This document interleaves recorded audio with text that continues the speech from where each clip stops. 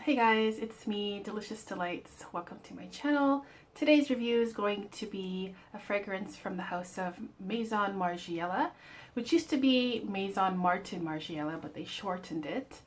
This is their newest release from their replica line. This is called Whispers in the Library. So, I just want to mention first of all that the name of this perfume kind of creeps me out a little bit.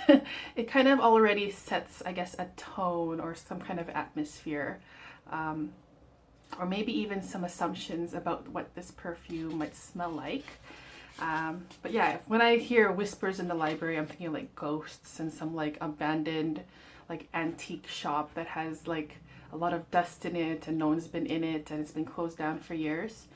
And there's like ghosts lingering around. But anyways, so I have the sample here.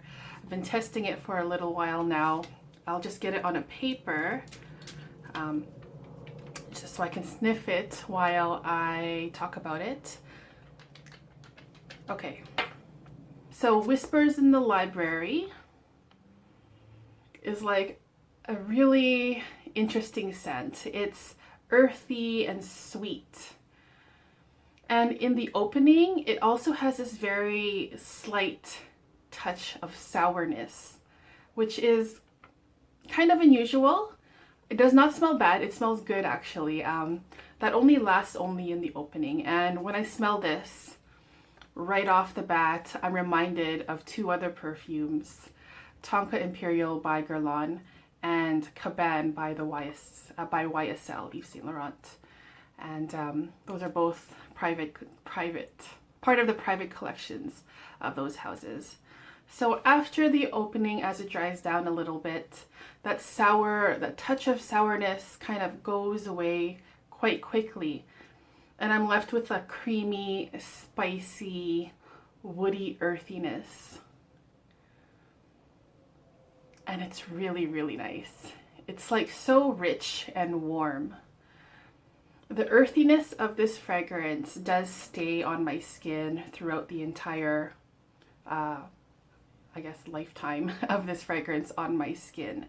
And I also smell, along with this earthy, creamy, spicy, woody kind of thing going on, I also smell coconut, which makes it like even more creamy. It adds like a more creamier element to it. It's already creamy in and of itself.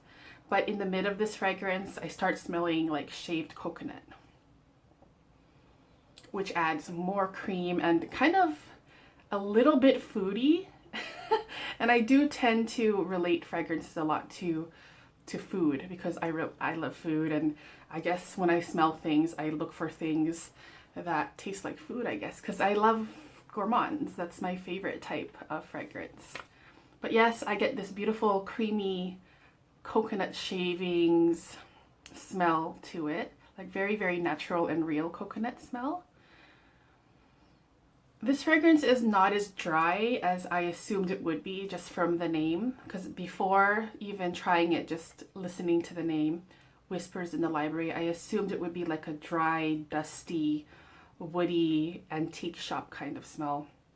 Maybe even a little bit like a moldy kind of smell, like an old wood smell. But no, this is very, very creamy, almost silky.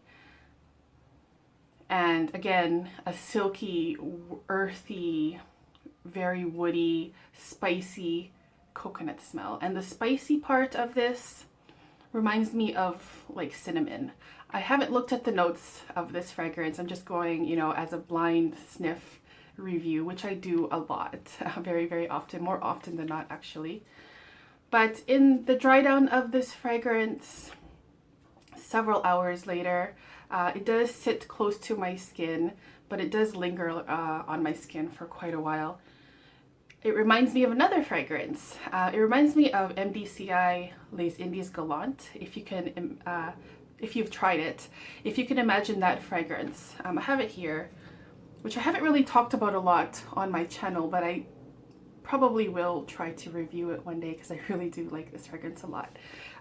Imagine this fragrance, but take out like that orangey aspect of it. There's lots of like orangey, a spicy orange kind of smell in here.